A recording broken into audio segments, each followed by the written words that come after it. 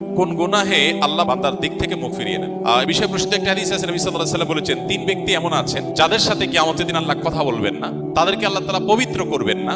এই মানুষগুলো যাদের থেকে আল্লাহ তাআলা মুখ ফিরিয়ে নেবেন, তাদের সাথে আল্লাহ কথা বলবেন না, তাদেরকে আল্লাহ পবিত্র করবেন না। সেই মানুষগুলোর মধ্যে একজন হলেন ওই পুরুষ, যে পুরুষ টাকনুর নিচে পোশাক পরে। পোশাক পরে বলতে যে পোশাক উপরের দিক থেকে যায় সেটা টাকনুর নিচে পরে, প্যান্ট, পাজামা, চাদর, লুঙ্গি, জুব্বা, জামা, এগুলো। মোজা যেটা থাকেই নিচে, নিচ দিক থেকে পরা হয়, ওইটার কথা ভিন্ন। তো এই যে মুসবিল যে ব্যক্তি টাকনুর নিচে প্যান্ট, পাজামা, লুঙ্গি ইত্যাদি পরে, এই ব্যক্তি তার সাথে আল্লাহ কিয়ামতের দিন কথাও বলবেন না এবং তার দিকে আল্লাহ তাকাবেনও না, তাকে আল্লাহ পবিত্রও করবেন না।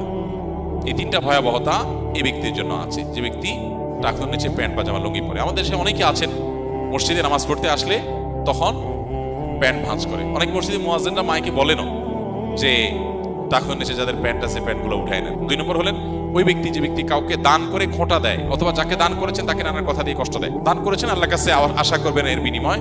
যাকে দান করেছেন তার সাথে আপনার কোনো আলাপ থাকবে না। দান করে খোঁটা দিলেন, কষ্ট দিলেন, খোঁচা মেরে কথা বললেন, এগুলো বললে আপনি আল্লাহ তাআলার দৃষ্টি থেকে সরে যাবেন কিয়ামতের ময়দানে। নাম্বার 3, ওই ব্যবসায়ী, যেই ব্যবসায়ী তার পণ্য বিক্রি করতে গিয়ে মিথ্যা শপথ করে।